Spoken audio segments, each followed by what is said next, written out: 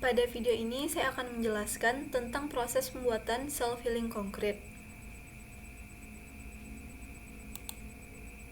Terdapat 5 topik bahasan.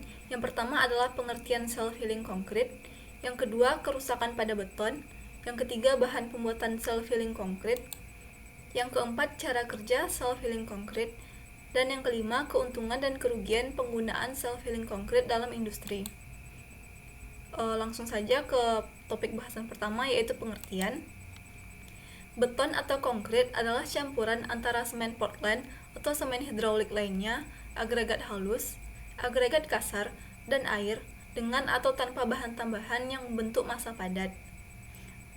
Seperti yang kita ketahui, beton merupakan material yang paling banyak digunakan dalam industri konstruksi untuk membuat bangunan, jembatan, dan jenis struktur lainnya. Beton banyak digunakan karena memiliki banyak keunggulan, di antaranya yaitu memiliki kuat tekan yang tinggi dan tahan terhadap suhu yang tinggi. Sedangkan kelemahannya terletak pada sifatnya yang getas dan memiliki kuat tarik yang rendah, sehingga mudah terjadi keretakan. Oleh karena itu, para peneliti terus mengembangkan atau menemukan inovasi baru untuk meningkatkan kekuatan beton. Salah satunya adalah self-healing concrete. Self-healing concrete merupakan beton yang dapat menyembuhkan dirinya sendiri. Artinya, beton tersebut apabila mengalami kerusakan seperti retak, dapat menutup retak itu sendiri dengan bantuan material tambahan dalam campuran semennya. Topik bahasan yang kedua yaitu kerusakan pada beton.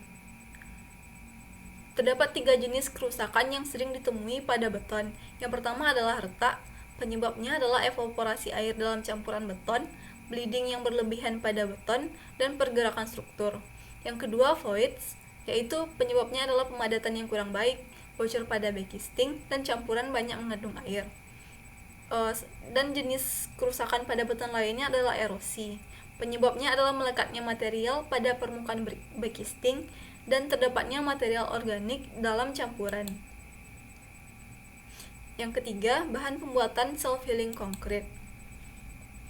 Bahan pembuatan self-healing concrete sama seperti bahan pembuatan beton pada umumnya, yaitu semen, air, dan agregat. Hanya saja perbedaannya terletak pada zat tambahan yang digunakan. Sebagai perekat untuk mengurangi keretakan, yaitu dengan menggunakan bakteri.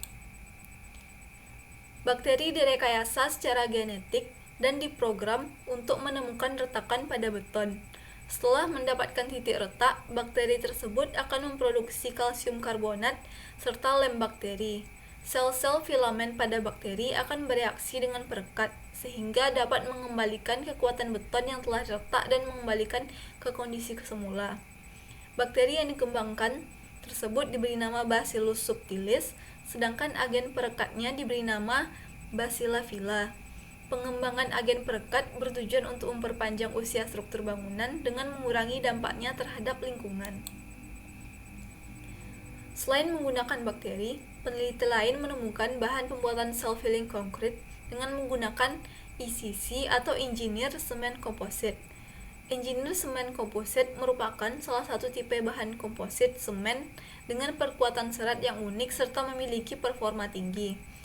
Bahan Engineered Cement Composite ini ditaburi oleh coated reinforcing fiber yang khusus atau menggunakan epoksi berbahan dasar semen yang diinjeksi mengisi celah akibat retakan dan menambah kekuatan beton. Menggunakan bakteri maupun Engineered Cement Composite terbukti mampu menciptakan beton dengan kelenturan yang tinggi serta dapat memperbaiki keretakannya sendiri. Yang keempat adalah cara kerja self-healing concrete.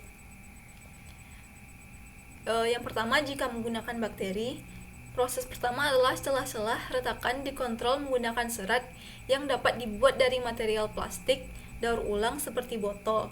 Setelah itu, bakteri ditempatkan pada beton. Yang kedua, saat kerusakan mulai terjadi, bakteri itu yang akan mengisi celah-celah keretakan tersebut. Berikutnya, kapsul-kapsul berukuran nano dan mikro yang berisi getah dilepaskan saat kerusakan atau keretakan mulai terjadi di dalam struktur beton yang rusak. Yang ketiga, bakteri kemudian akan aktif jika terkena air dari celah-celah retakan semen. Saat itulah bakteri bekerja dan memperbaiki struktur semen yang rusak secara mandiri. Yang kedua, jika menggunakan engineer semen komposit, komposisi utamanya adalah mengekspos extra dry semen dalam beton pada permukaan keretakan sehingga dapat bereaksi dengan air dan karbon dioksida untuk memulihkan dan membentuk lapisan tipis putih kalsium karbonat pada bekas retakan. Kalsium karbonat ini merupakan senyawa kuat yang dapat ditemukan secara alami di kulit kerang. Ketika diberi tekanan, engineer semen komposit cenderung melengkung dan tidak patah. Engineer semen komposit tetap utuh dan aman hingga tensile strain 5%. Dan yang terakhir adalah keuntungan dan kerugian penggunaan self-healing concrete. Yang pertama, keuntungannya. Yang pertama adalah dengan penggunaan bakteri dalam campuran dari segi ekonomi jauh lebih hemat karena bakteri mudah didapat dan dikembangkan. Yang kedua, mempunyai daya lentur yang tinggi dan mampu memperbaiki keretakan yang terjadi pada dirinya sendiri.